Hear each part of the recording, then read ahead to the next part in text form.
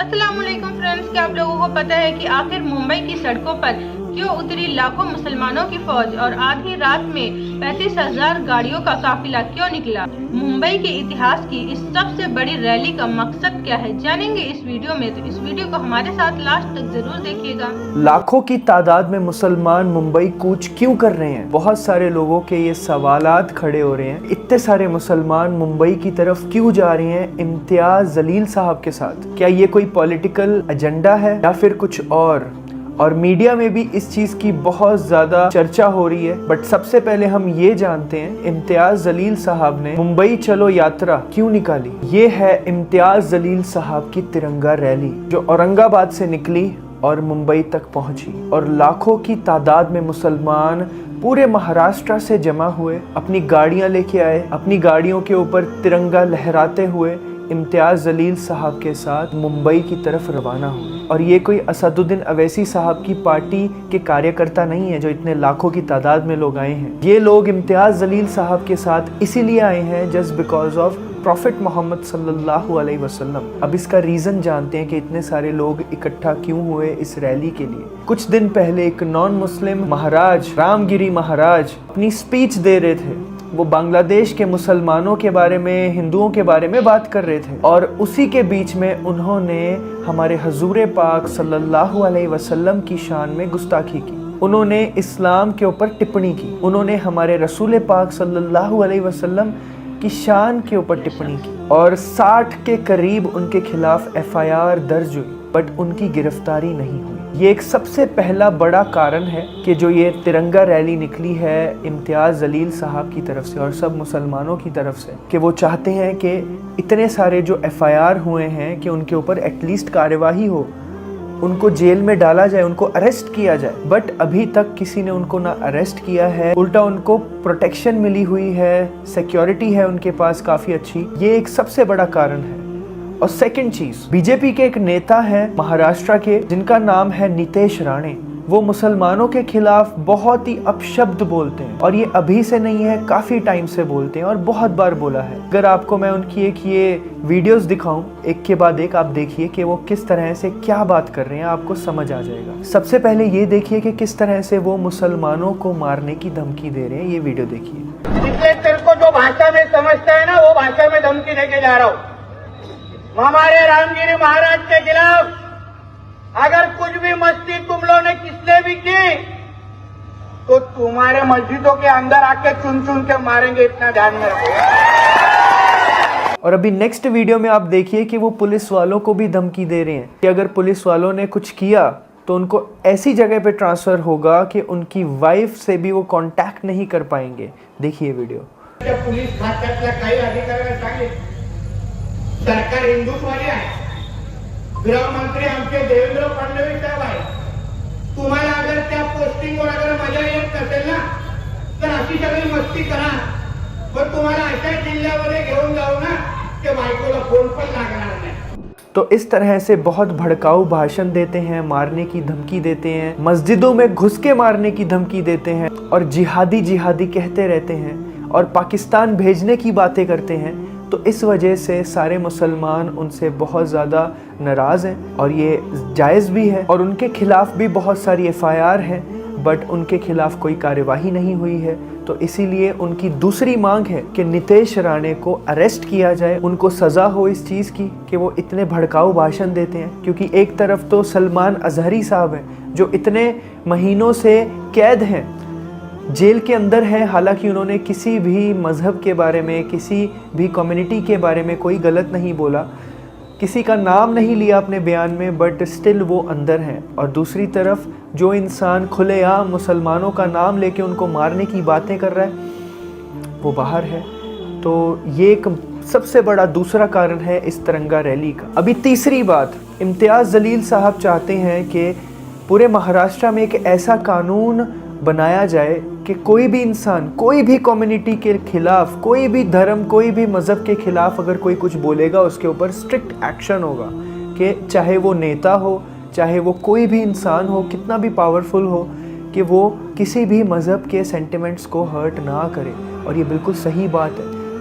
हम किसी भी मज़हब के सेंटिमेंट्स को हर्ट नहीं कर सकते, चाहे वो कोई भी मज़हब से ताल्लुक़ रखता हो, और ये बिल्कुल गलत बात है। हमें किसी भी इंसान को उसके मज़हब से जज नहीं करना चाहिए, उसकी करतूतों के हिसाब से, उसकी गुनाहों के हिसाब से उसे जज करना चाहिए। अभी इम्तियाज़ जलील साहब जब तिरंगा रैली निकालते हुए जा रहे थे तो रिपोर्टर से उनकी जो बातें हुई हैं वो हम देखते हैं, और क्या वो कह रहे हैं, क्या उनकी मांगे हैं, वो हम सुनते हैं। Let's start this video. संख्या में इम्तियाज जलील मुंबई की ओर कूच कर रहे हैं। हमारे साथ खुद इम्तियाज जलील है, उन पर कुछ रामगिरी महाराज ने आरोप लगा, उन पर बात करते हैं। इम्तियाज जी, आपसे जानना चाहेंगे, आप जब कूच कर रहे हैं मुंबई की ओर, तब रामगिरी महाराज का बयान आया है कि आप जो है सियासत कर रहे हैं, विधायक आपको बनना है, लोकसभा चुनाव हार गए, अब विधायक बनना चाहते हैं, इसीलिए आप मोर्चा लेकर निकले।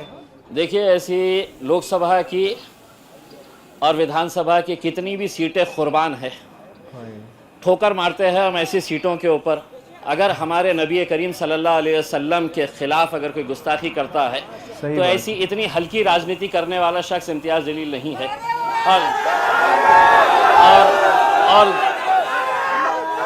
और दूसरी बात यह है कि मुझे राजनीति करने के लिए ये रामगिरी जैसे घटिया लोगों की ज़रूरत कभी नहीं पड़ेगी इंशाल्लाह। उसमें मैं मेरे तौर के ऊपर मुझे मेरे जमहूरी इख्तियार है, मैं सिर्फ ये कहना चाह रहा हूँ, ये मुल्क में कायदा है, कानून है और ये संविधान है। अगर ये संविधान के हिसाब से मुल्क नहीं चलेगा तो ऐसे रामगिरी जैसे गुंडे मवालियों के हिसाब से तो देश चल नहीं सकता है, राणे जैसे गुंडे मवालियों के हिसाब से देश चल नहीं सकता है। इसमें मैंने सरकार को वक्त दिया था, टाइम दिया था कि आप इनके ऊपर कार्रवाई करो करके, और उनको एक चेतावनी दे रहा हूं, अगर जबान उनके मुंह में है तो उससे बहुत खूबसूरत जबान मेरे मुंह में भी है। जिस दिन मैं इस्तेमाल करूंगा, जिस दिन मैं खोलूंगा अपनी जबान, तो कोई इनके पास अधिकार नहीं रहेगा मेरे खिलाफ भी कार्रवाई करने के लिए, क्योंकि कायदा कानून सबके लिए बराबर है। उनके लिए कायदा अलग नहीं हो सकता है और मेरे लिए अलग नहीं हो सकता है। इसलिए अगर रामगिरी ये कह रहा है कि मैं राजनीति कर रहा हूं, तो मैं रामगिरी को सिर्फ इतना कहूंगा कि रामगिरी, तेरे से बोलने तो लगाए थे सरकार ने, तू अपनी जान बचा के रख, क्योंकि यही सरकार तेरी जान के पीछे भी पड़ सकती है और ठिकड़ा हमारे ऊपर फोड़ सकती है। तो तू जब तक जिंदा है उस खौफ में जी कि तेरे अतराफ में जो लोग हैं कब तेरा गेम बजा देंगे, समझ में नहीं आएगा तुझे। वो ये भी कह रहे हैं कि आप जो है राजनीतिक रोटियां सेक रहे हैं इस रैली के बहाने। देखिए, मैंने आपके सवाल का जवाब मैंने इस हिसाब से दे दिया है। ऐसे 50 ओहदे जो है वो हम ठुकराएंगे, हम ठोकर मारते हैं साहब ऐसी सियासत के ऊपर, जहां पे आप खुलेआम हमारी ज़िंदगी से भी अजीम है, जिन्हें हम अपनी ज़िंदगी से भी ज़्यादा मोहब्बत करते हैं, हमारे पैगंबर सल्लल्लाहु अलैहि वसल्लम, हाँ, अगर उनके खिलाफ आप बोलेंगे और मैंने दूसरे राजनीतिक पार्टियों की तरह, नेताओं की तरह घर में बैठा रहूं और सिर्फ निवेदन देता रहूं, तो ये नहीं। मैंने भी बहुत निवेदन दिया। अब मैंने सरकार को कहा कि एक मर्तबा अगर तुम देखना चाहते हैं कि मेरी भी ताकत क्या है, तो अल्हम्दुलिल्लाह ये देख लीजिएगा कि क्या। महंत रामगिरी ने यह भी कहा कि विचारों का खंडन विचारों से होना चाहिए, ऐसी रैली नहीं निकालनी चाहिए थी आपको। मैं ये रामगिरी को ये कहना चाहता हूं, जब तेरे प्रवचन के अंदर लोग सुनने के लिए आते हैं तो तेरे धर्म के बारे में अच्छा क्या है ये बता। सही बात। तेरे धर्म के साथ साथ एक इंसान की हैसियत से इंसान ने कैसा जीना चाहिए लोगों को ये बता, ना कि ये बता कि मेरा धर्म बहुत अच्छा है और इस्लाम धर्म के अंदर ये खामियां है। ये लोग सुनने के लिए नहीं आते। तेरे जैसे किराए के टट्टू सरकार के इशारों के ऊपर नाचते हैं। भगवा चोला पहन के कोई भी अपने आप को संत और महंत कह नहीं सकता है।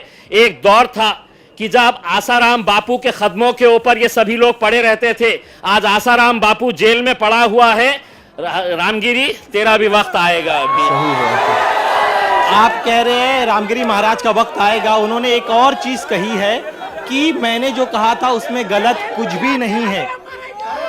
तो मैं उसको चुनौती देता हूं कि तू वक्त दे, तेरे वक्त के हिसाब से हम आएंगे और हमारे साथ बैठ के चर्चा कर। तेरे जैसे लोग आधी अधूरी जानकारी हासिल करके सिर्फ तेरे को मुख्यमंत्री ने, उप मुख्यमंत्री ने और सरकार ने कहा कि जा तू इस्लाम के बारे में बोल, तू पैगंबर के बारे में बोल, हम तेरी रक्षा बढ़ाएंगे करके। और अब मैं वो रामगिरी को ये कहना चाहता हूँ कि मुख्यमंत्री साहब, इसकी जान बचाइए, इसको Z+ सिक्योरिटी दीजिए, वरना रात में गलती से इसके कमरे में बिल्ली भी घुस आएगी ना तो ये डर के उठ जाएगा कि कौन आया है करके। वो कह रहे हैं कि मैं संत हूँ, संतों का काम होता है सत्य बोलना, मैंने सत्य ही कहा है। ये संत आजकल मार्केट में, ऐसे संत मार्केट में हर गली के अंदर घूम रहे हैं, भगवा चोला पहनते हैं, अपने आप को संत कहते हैं, महात्मा कहते हैं। असल में ये पैसा कमाने का धंधा ये लोगों ने बना लिए है करके। इनके पास कोई जानकारी नहीं है। अपने धर्म के बारे में बात करो, अपने मजहब के अंदर क्या अच्छा है ये बताओ लोगों को, ना कि तुम किसी दूसरे धर्म का पोस्टमार्टम। और आप क्या समझ रहे हैं कि मेरी जबान मेरे मुंह में नहीं है क्या? मैं नहीं बोल सकता हूं क्या? किस किस मुद्दे के ऊपर मैं बात कर सकता हूं? ना तो मेरी तहजीब इसकी इजाजत देती है, ना मेरी संस्कृति इसकी इजाजत देती है, और ना मेरा मजहब इसकी इजाजत देता है। इसीलिए मैं खामोश बैठा हुआ हूं। आज आपकी तिरंगा रैली के खिलाफ गंगापुर में एक बड़ा हिंदू विराट मोर्चा निकाला गया, जिसमें उनका कहना था कि हम रामगिरी महाराज के समर्थन में मोर्चा निकाल रहे हैं। मेरे जितने लोग उतने कोने में खड़े हुए हैं ना, उतने लोग भी तुम्हारे गंगापुर में जमा नहीं हुए हैं जितने मेरे पास आए हुए हैं करके। और ये क्या करे हैं, हिंदुस्तान के जितने भी सेमड़े सामड़े हैं,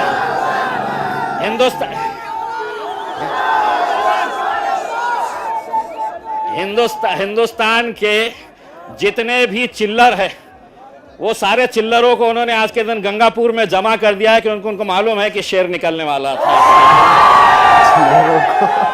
अब तक आप जो है इगतपुरी तक पहुंच चुके हैं, क्या काफिला मुंबई तक जाएगा? और चूंकि हिंदू संगठन जो आपके खिलाफ है, तिरंगा रैली के खिलाफ, जो आपकी रैली के खिलाफ है, देखिए मैंने पहले भी साफ कहा है कि मैं यहाँ पर इतने सारे लोग जो आए हैं, ये इस मुल्क से मोहब्बत करते हैं। हमारा मजहब हमें ये सिखाता है। मैं किसी भी धर्म के खिलाफ नहीं आया हूँ, किसी देवी देवताओं के खिलाफ नहीं आया हूँ। मैं ये कहने के लिए आया सरकार को कि अगर ये रामगिरी के खिलाफ अगर 60 FIRs रजिस्टर हुए हैं, तो किसने पुलिस वालों के हाथ बांध रखे हैं कि इसके ऊपर कार्रवाई करने के लिए? ये नहीं कर रहे हैं। मैंने सरकार को, हुकूमत को, पुलिस को वक्त दिया था, इन्होंने नहीं किया। इस वजह से मजबूरन मुझे यहाँ पर आना पड़ा। लोग कहते थे कि इम्तियाज जलील को तो घर के बाहर भी निकलने नहीं देंगे। अरे अल्हम्दुलिल्लाह 200 किलोमीटर चला आया हो, किसने रुकाया? एक आखिरी सवाल मेरा, उनका कहना है कि आप अदालत जाइए, इस तरह से मोर्चा निकालना उचित नहीं है। अदालत जब जाना है तब जाएंगे, तेरा हिसाब कैसे लेना है हमें भी आता है। शुक्रिया हमसे बात करने के लिए। तो ये थे इम्तियाज जलील, इनका कहना है कि महंत रामगिरी चाहे जो भी आरोप लगाए। तो गाइस, देखा आपने किस तरह से इम्तियाज़ जलील साहब सब मुसलमानों को इकट्ठा करके एक साथ मुंबई लेके गए थे कल, और वो मुंबई पहुँचे भी, और मुंबई में इतना जन सैलाब, ओहो, अगर आप ड्रोन व्यू ये देखेंगे, अगर आपको यहाँ पे दिख रहा होगा, इतनी ज़्यादा पब्लिक आई हुई थी, इतनी ज़्यादा कि जिसकी कोई हद नहीं। लाखों की तादाद में मुसलमान कहाँ कहाँ से आए हैं, आप मतलब बता भी नहीं सकते हो, इतनी दूर दूर से आए हैं लोग। तो ये चलो मुंबई जो ये मोर्चा है, आई रियली विश कि ये कामयाब हो। आई होप आप लोगों को ये वीडियो समझ में आ गई होगी कि ये मुंबई वाला पूरा मसला क्या था। चलिए वीडियो कहीं पे रोकते हैं, आप लोगों से मिलेंगे एक नई वीडियो के साथ। तब तक के लिए अस्सलाम वालेकुम।